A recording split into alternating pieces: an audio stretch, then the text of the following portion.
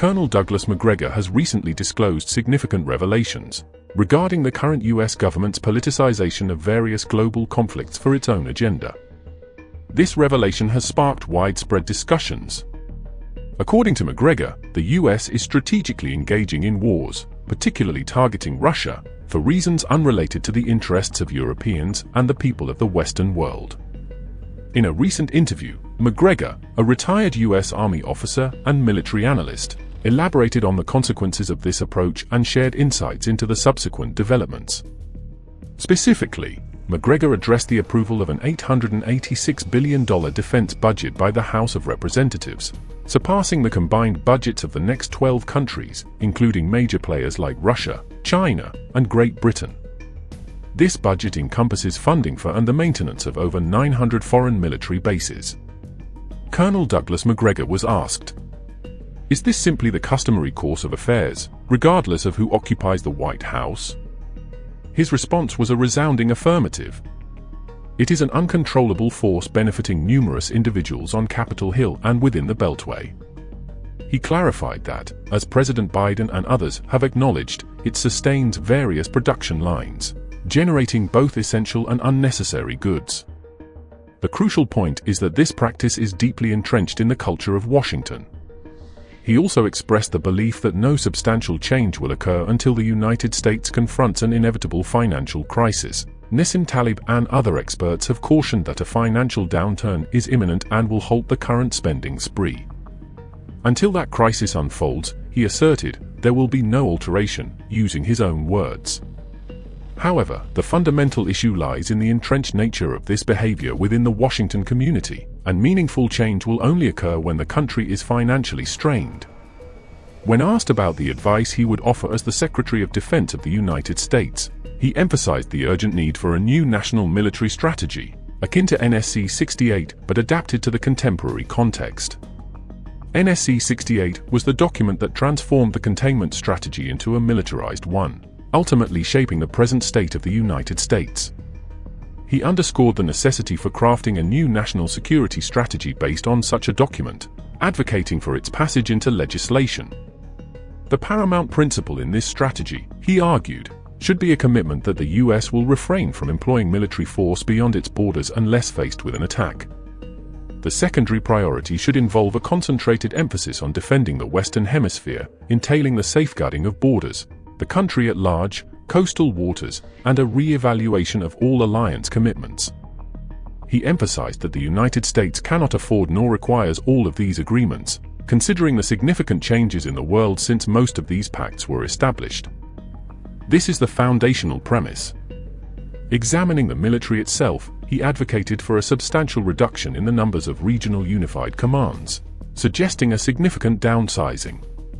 He proposed the consolidation of the so-called functional commands into a more extensive yet streamlined command and control structure. Implementing these changes would result in a reduction of the number of four-star generals from 44 to approximately 10 or 9. In essence, he asserted the necessity to resize the national defense establishment in a manner aligning with the country's fiscal requirements, and a re-evaluation of the concept of national security.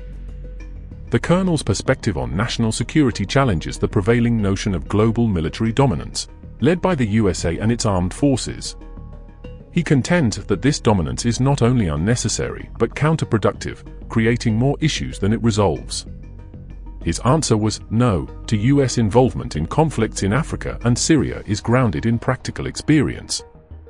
Drawing on his time in Africa, he underscores the detrimental effects of an increased military presence in the region, urging a departure from the behavior of former colonial powers. The Colonel advocates for a shift in approach, emphasizing doing business with everyone, promoting a free market, and protecting domestic interests without pursuing regime change or imposing societal norms on unwilling populations. In addressing Syria, he questions the rationale behind the USA's presence in a region embroiled in conflicts involving various regional players. He calls for a withdrawal from Iraq, emphasizing the need for a focus on border security and characterizing the current presence as masking strategic failures. Regarding NATO, he proposes a departure from the role of Europe's first responder, urging Europeans to take more responsibility for their defense. He suggests a European Supreme Commander for Allied powers in Europe, emphasizing a return to NATO's original defensive principles. Expressing skepticism about Congress approving $68 billion for Ukraine, the colonel anticipates a scenario similar to Afghanistan, where leaders prioritize personal wealth preservation and exit the country without additional U.S. financial assistance. Challenging the narrative of Ukraine effectively resisting Russia, he dismisses the idea of a Russian plan to invade Ukraine, drawing an analogy to Roman strategies in the Eastern Mediterranean. He asserts that the USA provoked Russia into intervening, falsely assuming they could strike a deal with the Ukrainians. Overall, the colonel advocates for a fundamental change in the current approach to national security and international involvement. Recognizing that a deal materialized between the Ukrainians and Russians, the colonel vehemently criticized the USA for its interference, asserting that it disrupted the agreement's delicate balance. He underscored that the USA, in turn, pledged comprehensive scientific, industrial, and military support to Ukrainian President Zelensky through the NATO alliance. Zelensky, trusting in this assurance, accepted the assistance, ultimately resulting in a devastating toll of around 500,000 Ukrainian lives over 22 months. Expressing profound concern for the irreversible impact on a generation of young men, the colonel emphasized the magnitude of loss, particularly for a country like Ukraine, which, he contended, was not as populous as initially claimed.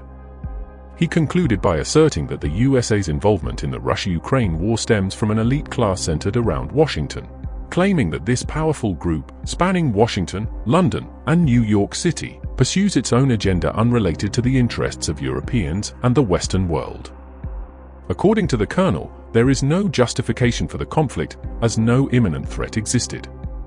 He referenced President Putin's commitment to diplomatic means, with a willingness to resort to military resolution if necessary. Drawing parallels, Colonel Douglas McGregor consistently stressed the strategic importance of Ukraine to Russia, likening it to the significance of southern Texas, Mexico, and other southern U.S. territories.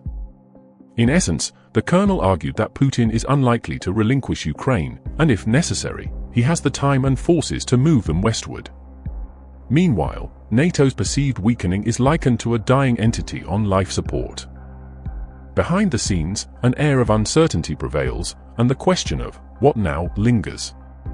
Suggestions of armed force mobilization and an eastern march are met with incredulous stares, reflecting a consensus that neither NATO nor the USA is prepared for combat engagement.